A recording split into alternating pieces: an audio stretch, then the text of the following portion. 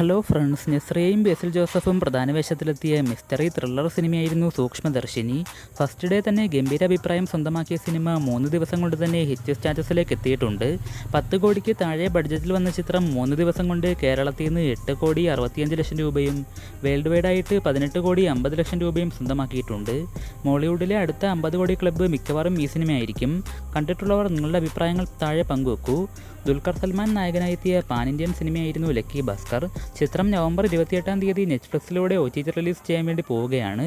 ചിത്രം കേരളത്തിൽ നിന്ന് 21 കോടി 60 ലക്ഷം രൂപയും തെലുങ്കിൽ നിന്ന് 36 കോടി 20 ലക്ഷം രൂപയും തമിഴ്നാട്ടിൽ നിന്ന് 15 കോടി 60 ലക്ഷം രൂപയും സ്വന്തമാക്കിയിട്ടുണ്ട്. 109 കോടി 25 ലക്ഷം രൂപയാണ് സിനിമയുടെ total world wide collection. Super hit സ്റ്റാറ്റസാണ് ചിത്രം സ്വന്തമാക്കിയിട്ടുള്ളത്. സൂര്യ ശിവ കോംബോയുടെ പീരീഡ് മാസ് എൻ്റർടൈൻമെൻറ്റ് സിനിമയായിരുന്നു കങ്കുവ. വൻ ഹൈപ്പിൽ വന്ന സിനിമയ്ക്ക് ഫാൻസ് ഉൾപ്പെടെയുള്ള ഓഡിയൻസിനെ തൃപ്തിപ്പെടുത്താൻ സാധിച്ചിരുന്നില്ല. 300 കോടിയോളം ബഡ്ജറ്റിൽ വന്ന സിനിമ അങ്ങനെ 10 ദിവസം കൊണ്ട് ഇപ്പോൾ വേൾഡ് വൈഡായിട്ട് 100 കോടി ക്ലബ്ബിലേക്ക് എത്തിയിട്ടുണ്ട്. കേരളത്തിൽ നിന്ന് 6 കോടി 73 ലക്ഷം രൂപയും തമിഴ്നാട്ടിൽ നിന്ന് 31 കോടി 95 ലക്ഷം രൂപയും നേടിയ സിനിമയുടെ ഇതുവരെയുള്ള ടോട്ടൽ വേൾഡ് വൈഡ് കളക്ഷൻ 101 കോടി 10 ലക്ഷം രൂപയാണ്. ചിത്രം ബോക്സ് ഓഫീസിൽ ഡിസാസ്റ്റർ വെർഡിക്റ്റാണ് സ്വന്തമാക്കിയിട്ടുള്ളത്. അപ്പോൾ നമുക്ക് മറ്റൊരു വീഡിയോയിൽ കാണാം.